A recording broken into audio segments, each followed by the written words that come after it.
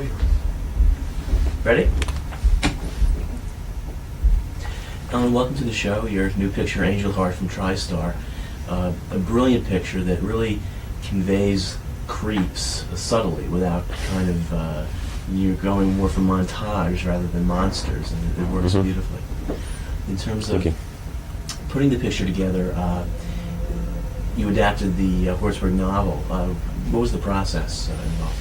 Well, I was originally sent it, I think when it first was published, and the thing about being in England is you always get things last, so by the time you try to get it, it's always lost in the old Hollywood machinery. And I think different people own the rights. Robert Redford was one of the people who owned the rights. And it was reintroduced to me again just 2 years back. And I'd always liked the book. And also, I hadn't really written my own original screenplay for a long time. By original, I mean even adaptation, but I mean I'd sort of rewritten other people's things. So I thought it would be rather nice to get back to doing that.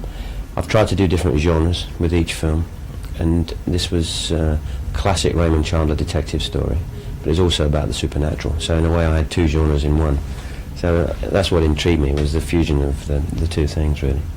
So you had actually worked on previous adaptations of the yeah, I mean, I started out as of this particular novel. You mean? No, I was not involved in those. I think they found it was quite a tough nut to crack, actually, as a novel, as most first-person novels always are. You know, in so much happens inside the person's head. From point of view of exposition, you have to put it into dialogue, and to make the lead character actually sympathetic when you're considering actually what has happened. So those were the difficulties, and I suppose those are the reasons why people like Robert Redford probably couldn't find their way around it. But it was just interesting for me, just because of the two genres and the fusion of the two. What kind of changes did you make from the novel? Characterization is most important. I moved the story away from being all in New York to being half in New York and half in New Orleans. That was for very selfish reasons, in that I didn't really, it's kind of difficult to do, to give something a cinematic edge now in New York. It's the world, everywhere you look there's like gaffer tape on the floor where somebody's put their camera. It's kind of hard, you find a really wonderful location here and then suddenly you see the Polaroid film from the film that's been there from before. So really it was for those silly reasons. Also, a lot of the actual leads within the novel itself went down to New Orleans, and I think it was a way for me to open it up and to just give a different look more than any other reason. Those are basically the things that I changed. The heart of it I kept the same, although I did change the title. Some of the visual motifs, the gates, the fans, was that something you incorporated into it? Yeah, that was something that I'd got from just... That wasn't in the book. The fan I use as a portent of death each time. It was just an image that I kept seeing everywhere in New Orleans, and I used it even here in New York. I've always been fascinated by just the graphic shapes that happen when you put light behind fans, and it was just happened to be a couple of times within a couple of the murders within the story, and then it sort of developed from there. It's almost that kind of symbolism, kind of like the original Scarface, where in the Hawks version, each murder is marked with some kind of X that it blends in there. I suppose so, yeah. I mean, sometimes you do things without ever knowing quite why you're doing them, subconsciously. I knew it was an image that I was repeating, and there was something quite macabre about it, and I couldn't say why. And in the end, it's totally aesthetic thing, really. I mean, there's no real intellectual justification for it, except that cinematically it works, and sometimes you never quite know why. Something that's so striking about all of your films, really, is the kind of visual and audio design. I mean, your pictures really seem designed, and then a great deal of care and art goes into the making of them. Yeah. Well, I mean, we do. I mean, a lot of people do that, other than me, of course. I'm the one who gets all the credit for it, ever since the French invented the auteur theory. And of course, directors are the ones who do the interviews, so we get all the credit. But a lot of very good people do it. I mean, wonderful editors and sound editors. And every tiny little element has had a lot of care put into it. It's nice when people notice the difference. Often people don't. Critics never do, of course, because they're stuck in Trey's words. And it's basically, that's why they like foreign movies, I think, because they like seeing the subtitles, because they prefer a good read to seeing a good movie. But it's nice now and again when it's appreciated, that just the sheer craft that has gone into the films. Yeah. Angel Heart was put together independently by Carol Co. Yes, I wrote the script in England independently before even Carolco were interested in it, and went to them, and they said yes. I mean, they'd made rather a lot of money from Rambo, so I'm not proud. I'll take anybody's money. You know, there's no such thing as clean money in Hollywood anyway. The acting in the film is also quite remarkable.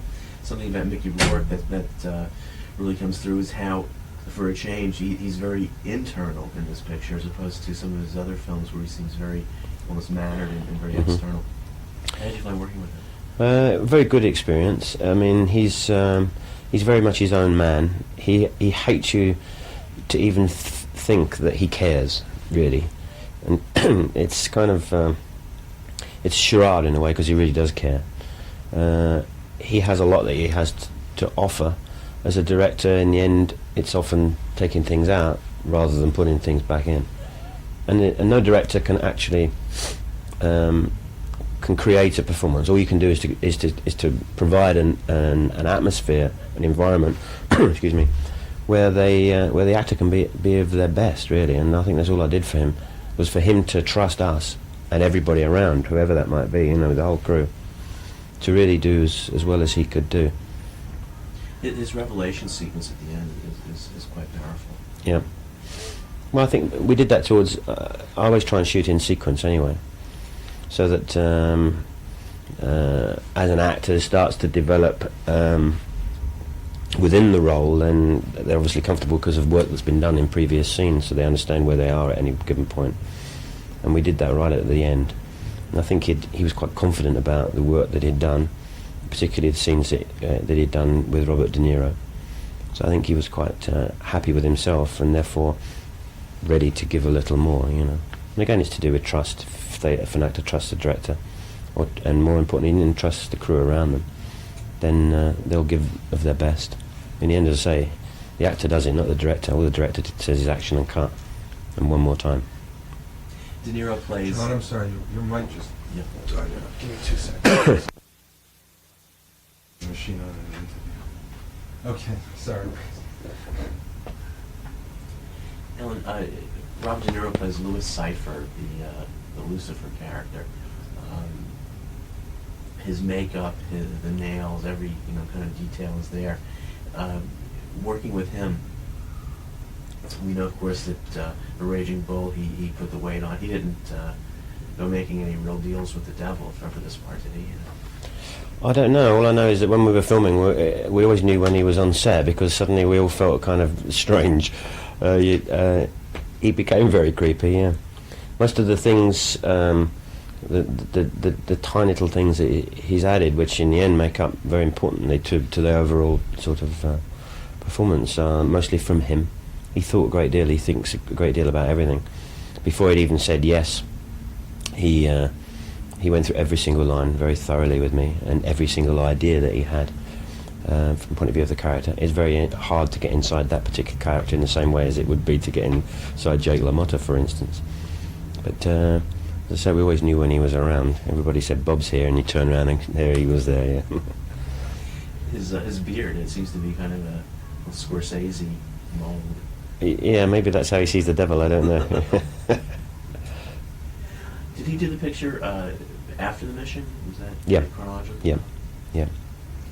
The scenes between Mickey Rourke and Lisa Bonet, the sex scenes, have aroused a great deal of controversy.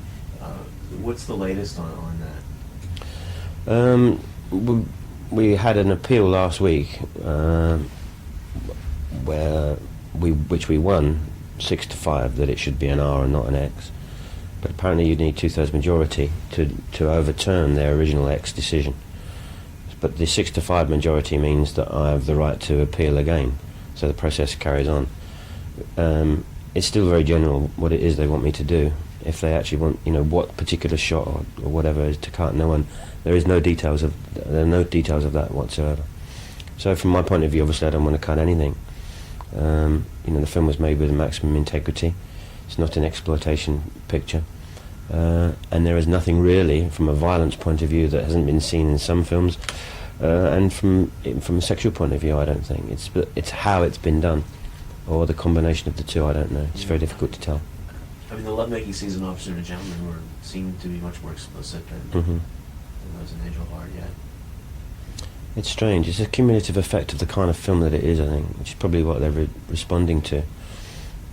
It's very hard, because in the end, if it's this shot or that shot, then one understands that. But the criticisms of why it has been made an X are very, very general. But I'm sure everybody will see sense in the end. You know, it's a strange charade that you have to go through, and not something it's hard enough making the movies without having to go through that as well. I guess it helps just publicity-wise, that too. It does, in that respect, it does. Yeah, I mean, I'm from the point of view of people knowing about the film. You know, it would be naive to suggest that one doesn't. You know, that's good in certain respects. Except by now, I wish to stop talking about that, and the movie itself is what matters. As I say, if you know in your heart you made it for the right reasons, then there's no reason to censor it. And because in the end, that's what it amounts to. It's not about giving something a rating, because it's almost commercial blackmail in the end, because it's very hard to release a major feature film as an X. Very, very difficult indeed. In working with Lisa Bonet, a television actress, again, you kind of shorn her of a lot of those kinds of TV mannerisms, that kind of almost Valley Girl accent that she seems to have in the show.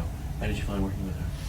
Very good. She's extremely intelligent. I hadn't seen her in the Cosby Show, still haven't. So in a way, my judgments of her were only as the actress that came in the audition, and the actress that I worked with on set. And she's much older than her years in a way, and she's extremely intelligent. And in a way, I spoke to her the same way as I would somebody who'd done 20 films. With regard to television technique against film technique, I never quite know. I mean, and I also don't know how other film directors work. So in the end, the things that I say are always intuitive to me, to what I believe. In the end, it's terribly simple, which is that you're always looking for truth. So if caricature or a mannerism gets in the way of the truth that you're trying to show on screen, that's the first thing that I will point out. And sometimes it was necessary to do that. But in the end, I come back to what I said with Mickey, is that if you create a situation that is special in itself, an environment for the film, then the actors will be at their best. And so there's nothing magical really, but as I said, because I wasn't really aware of what she'd done in the television programme, I don't think I was too nervous about taking those things out. I took it on its face value. Some of the sequences at Brother John's, Pastor John's. Pastor John's, were they actually filmed in Harlem? Or Yes, yeah. The locations seem very, very real throughout the film. Yeah, everything was filmed where it should have taken place, you know. I don't know why we do that sometimes. I mean, you know, you can be in a tiny little back alleyway or a back room somewhere, and you think, why are we here and not on a soundstage in Burbank, you know, or somewhere?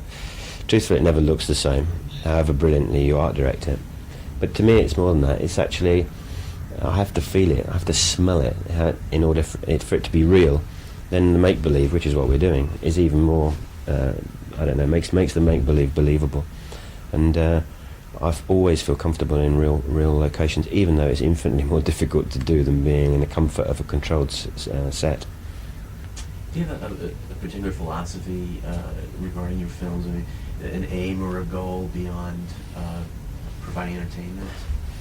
Well, you know, I mean, I work within the commercial cinema framework. I want my films to be seen by the maximum number of people. I don't want them to be seen by film critics and 6 intellectuals at the Cinematheque. That doesn't interest me. By the same token, I want to say more than just, you know, sit there and laugh and whatever. You want the film to stay with people afterwards. There are images in our films that you remember when you leave the cinema. Maybe you remember for further than that or longer than that. I think that I tried to have something which is a cinematic experience, which is not just another movie. Sometimes I succeed, sometimes I don't succeed, but I always try for it. It just seems to me the greatest crime is to make just another movie. You know. You work with Alan Marshall, producer. What's your relationship like, producer-director? Well, we've worked together for 20 years and as I have with my cinematographer and my production designer and editor, and if I film in England, I mean, it's many other people actually within the crew, and I'm comfortable with all those people. It's nice to make films with people that you know to be the best at what they do, but also those people are also your friends. Often we're away from home, and you need that kind of support. When they're that close, I've always thought that film directing is a crash course in megalomania anyway, and it's hard because everybody looks at you and you have to get it right every time. Of course you don't. The trick is to appear to be getting it right, you know. So it's nice to have around you people who are able to say things to you that you might not accept from other people. And with regard to Alan Marshall, he's so good as a producer, I believe, in that he cares about the film aesthetically and creatively as much as I do. His job is logistics. He doesn't interfere with creative decisions that I have to make, and he is brilliant at organising the film, so I never have to worry about that side of things. He's also an extremely good editor in his own right, so in post-production he's very good for me to have someone else that I can actually refer to. But it's not just Alan, it's all of them. In a way, it's you know, the film process, whatever the French say, is made up of a lot of people doing good work, not just one person. And I'm very fortunate to have them, because I think the identity of my work is as much theirs as it is mine. Michael Saracen, Jerry Hamblin, the editor. Exactly, yeah.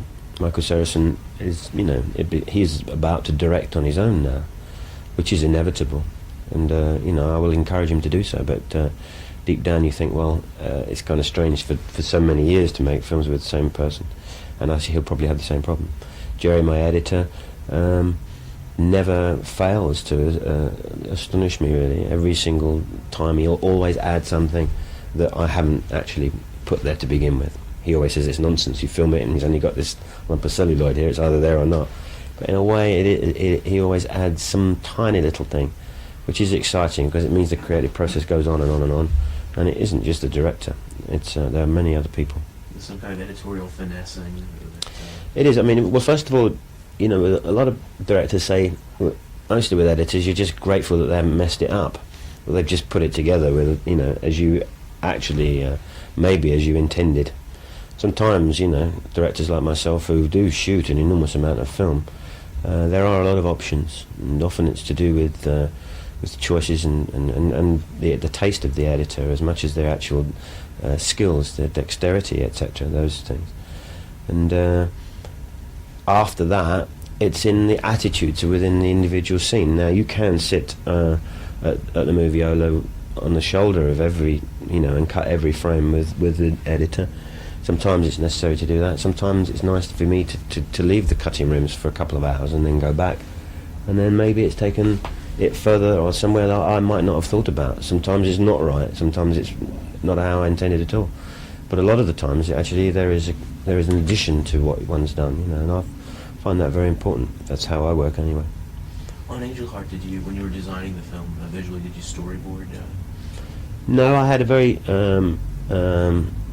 I'd written it quite graphically as I was doing the screenplay, and I was going to direct it, so you write it for one's style, you know.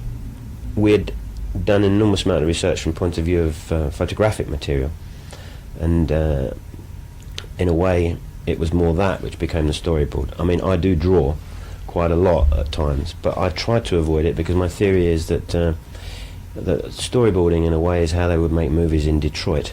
You know, sometimes you cannot be that specific. On certain things like special effects or very big action scenes, you have to storyboard those because there's too many people who need to know exactly what's going to go on.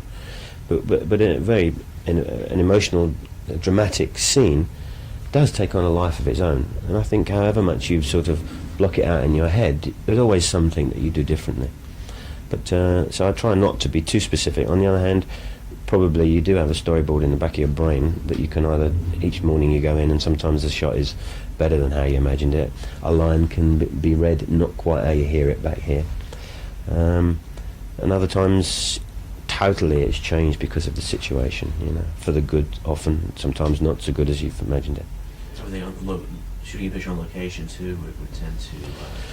It's true, yeah. On the other hand, the locations were found but then created. I mean, there was as much work we probably did as much work on the street in Harlem and in the Lower East Side as we would if we'd have done the whole thing on a back lot. You know, there's a lot of detail and a lot of thing goes into it from the point of view of the production designers and set dressers. If you're doing a period piece, you know, and in a way, 55 is actually quite difficult to do. Sometimes it's easier to do, you know, 1855 than it is 1955. Remember when we did Birdy, where I was, you know, Philadelphia, we had to put back to like the sort of early 60s. Things have changed, but not much hadn't changed, you know. So to getting rid of it's easy when it's 100 years ago because the errors stick right out, you know. But sometimes it's more difficult when it's recent history. But there's a lot of work goes into it, and of course, it always looks as if you found that street just like that, you know. What street was that? Your works. It's office? I don't know. I'm the world's worst at Manhattan, down there somewhere. We changed the name of the street. That's why I can't remember where it was. In Chinatown. What were the steps that led to your directing feature films? Well, I wanted to write originally. I had no aspirations to be a director. To be honest, it was writing that I was most interested in. I grew up in England, came from a working class background in London, which makes it quite difficult with the very rigid English class system, which I won't bore you with. But I didn't go to university. And what I did do is to get into advertising. And the important thing about advertising in England that it's very egalitarian. So if you've got a few lines that are quite bright, they'll let you do it. You know. And I was fortunate enough to be able to start as a copywriter. It was the early days of television commercials in England. They'd just begun. And you'd either fly over some American director, or you'd get rotten commercials. So we thought somebody gave us some money to experiment in the basement of the advertising agency where I worked, and with a 16mm camera, and we just did lots and lots of commercials. And suddenly, you know, there was somebody who could work a spectral light meter, somebody could work a Nagra tape recorder, somebody could operate the camera, somebody could do something else. I was actually the only one who couldn't do anything. So I said, what shall I do? And they said, well, you better say action.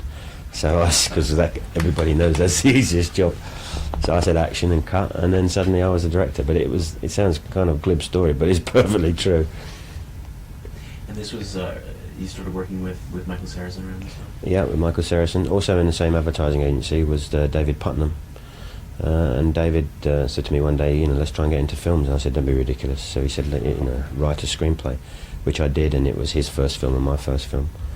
And this was before Bugsy Malone, actually. This is another film, which we don't have on our resumes, thank God. And although you're looking up here, you've probably got it here. You might be the only people who've got it. How did Bugsy Malone come to be? Pragmatic exercise, really. Most of the things that I'd written at that point were parochial, about me growing up in England, in London, about things that I understood, and they kept coming back with a rubber stamp on it saying parochial, which was kind of irritating. You know, it was a very depressed period of filmmaking in England. Yet another depressed period of filmmaking in England to go with the entire history of filmmaking in England. And so I didn't really know anything about making American subjects, so what I did know about a little was American movies. So Bugsy really was a parody of the American gangster film and the American musical. And I'd worked a lot with kids, and I had 4 very young children of my own at the time. And when you do have young children like that, you're very sensitive to the kind of material that's available for them. This was pre-Star Wars and Raiders, you know, and the only kind of movies that they could see were Walt Disney movies, and you always knew a Walt Disney movie then because you knew when the adults were in the audience, because the adults were at an angle because they were all asleep. And so I thought it might be nice to make a film that the kids could enjoy, and also the parents who had to take them. But really, to be absolutely honest, it was a pragmatic exercise to break into American film. Paramount picked that picture up? Yes, it was financed in England, but Paramount picked it up for distribution here, yes. Then what led to the making of Midnight Express, again with David Putnam? David had taken a job in Los Angeles for a company called Casablanca.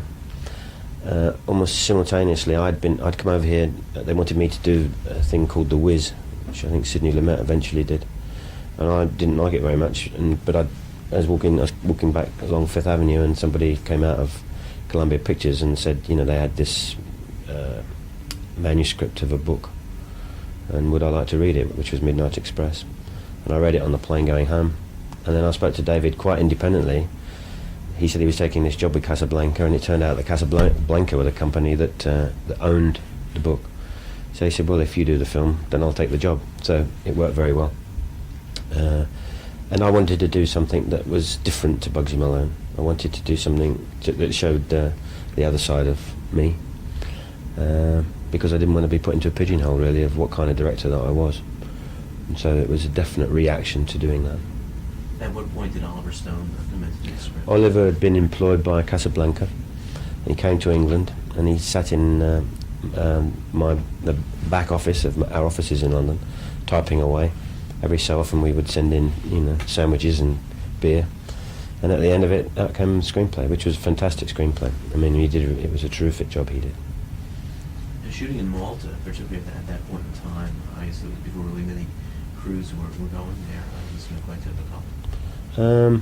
We really only chose Malta because I was looking for a prison. I mean, we'd gone to Italy and to Israel and North Africa and all over looking for prisons. We had found this old fort in Malta, which was exactly right, and it was a combination of two locations actually, because there are in fact two prisons within the film. Although as I had combined more than one prison in the real story, there's more than one prison, but in the film it looks like it's one prison, but there's two halves of it because he does go into Section 13 or the insane part. And that was a different location, but they were both there, not far from one another, 100 yards from one another, and it was very convenient. It was Malta, English-speaking place, which was easy. Obviously, I wasn't going to be allowed to make it in Istanbul, although I'd been there a few times, and I had to do a second unit shot. Not a lot of people know this, but of a car which had to intercut right at the very beginning of the film. It had to intercut with something that I'd shot in Malta, but I needed a shot of the car going over the bridge. I think it's called the Galati Bridge. I'm not sure if it's Galati, maybe that's an ice cream. But Hugh Hudson did that for me before he directed a film. But he never wanted any credit for it because he thought that if the studios thought that he was doing second unit, that he might never get a movie. But now I think he's done enough for me to own up to the fact that he did that shot. The Wall was, again, a complete about-face from Midnight Express. Yep.